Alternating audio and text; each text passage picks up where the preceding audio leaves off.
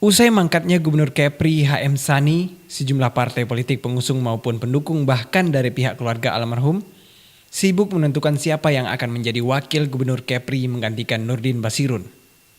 Namun hal berbeda diungkapkan oleh anggota Komisi 2 DPRD Provinsi Kepulauan Riau yang juga sekretaris DPD Partai Gerindra Kepri, Onwar Siahaan. Menurutnya, pengangkatan seorang menjadi wagub masih sangat panjang, sebab saat ini Nurdin Basirun masih berstatus pelaksana tugas atau PLT. Proses gubernur definitif juga belum dilalui. Untuk jumlah orang yang diusung dari gabungan partai politik pengusung juga tidak tertera dalam Undang-Undang Nomor 8 Tahun 2015. Kalau untuk membicarakan itu bebas-bebas saja, kapanpun dibicarakan boleh saja.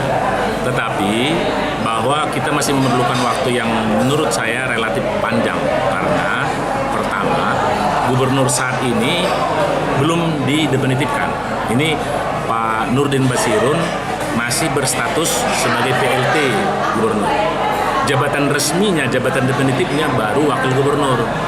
Jadi masih kita tunggu SK pemberhentian almarhum Pak Sani berhalangan tetap karena meninggal dunia.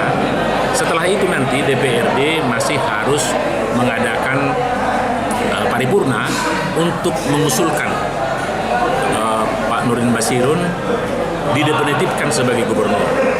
Setelah nanti beliau di SK-kan oleh Presiden, keluar Kepres yang mengatur, yang menunjuk Pak Nurdin Basirun sebagai gubernur definitif, baru kemudian dilakukan pembicaraan tentang wakil gubernur.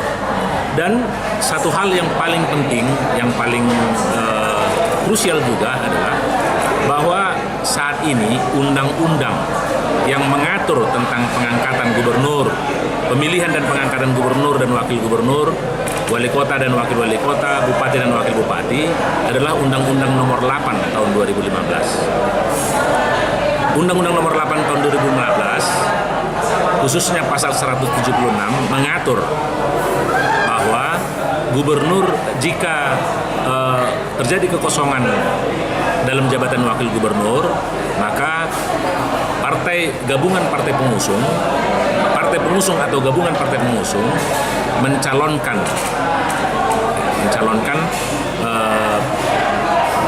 calonnya, ya, memberikan nama calon kepada DPRD untuk dipilih. Tetapi peraturan pemerintah yang menjabarkan pasal ini belum terbit sampai dengan sekarang. Berapa? Apakah selama ini timbul pemikiran di masyarakat bahwa harus ada dua yang dicalonkan? Tetapi undang-undang itu belum mengatur begitu.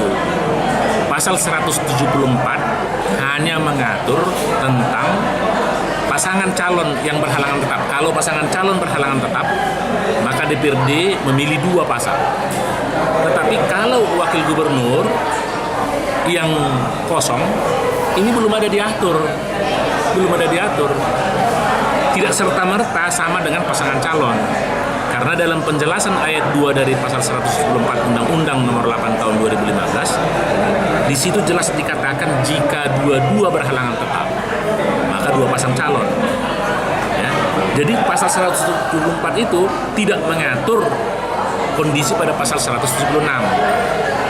Jadi kita masih menunggu PP atau peraturan pemerintah yang menjabarkan bagaimana mekanismenya, berapa orang yang harus dicalonkan, bolehkah satu atau harus dua, bagaimana prosedurnya, ini masih harus diatur dalam PP. Onwar mengatakan, agar tidak menjadi bias, sebaiknya ditunggu peraturan pemerintahnya. Sebab undang-undang juga direncanakan akan direvisi oleh DPR RI. Namun tidak menutup kemungkinan jika nantinya akan mengikuti jejak DKI Jakarta. Gubernur langsung memilih sendiri wakilnya. Untuk itu Onwar berharap kepada Presiden Republik Indonesia Joko Widodo untuk segera mengambil keputusan. Sebab ada kebijakan-kebijakan strategis yang tidak bisa diwakili oleh seorang PLT gubernur. Seperti pelaksanaan kebijakan anggaran dan mutasi SKPD. Noreka Devi Muhamzani, Kelas 7 menginformasikan.